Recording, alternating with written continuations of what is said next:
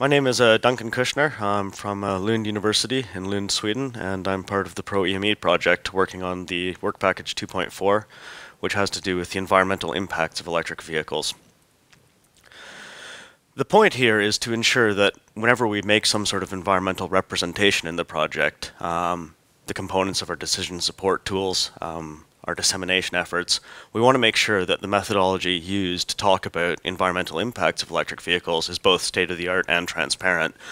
And more importantly, that leverages our access to real-world performance data, so it's a closer representation of what people may experience. Specifically, I'm working on an online model. It's going to be integrated with the total cost of ownership model, as well as producing reports on methodology and best practices for talking about these aspects of the project. Additionally, I'm providing commentary on some of the other parts of the project and how they present environmental conclusions. So the reason is that the environmental impacts, talking about environmental impacts of electric vehicles is a complicated subject. It's very easy to think of burning gasoline versus electricity, and that makes electric vehicles clean or appear to be emissionless. But we take a much wider perspective here, using something called life cycle analysis methodology.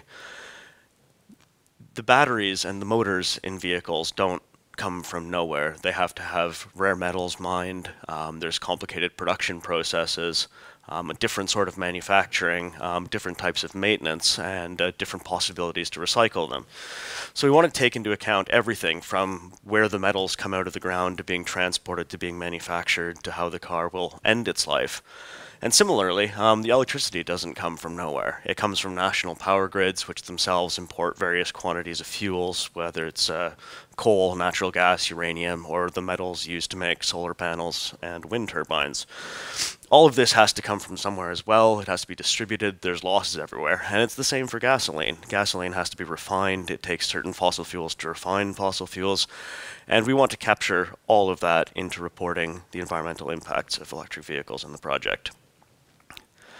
Most specifically, it means that we're going to have an online tool that takes all of these factors when you're looking at total cost of ownership.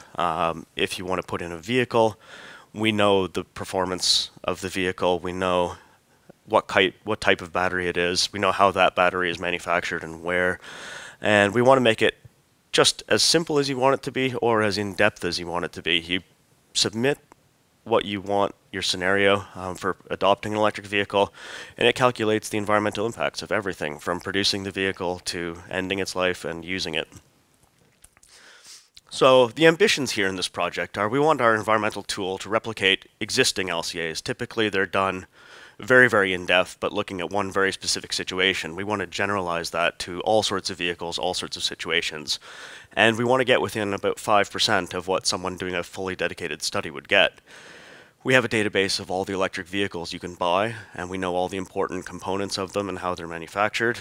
We can take into account all sorts of drivetrains. Do you have a plug-in hybrid, or are you using a natural gas vehicle? So we want to make any sort of comparison possible.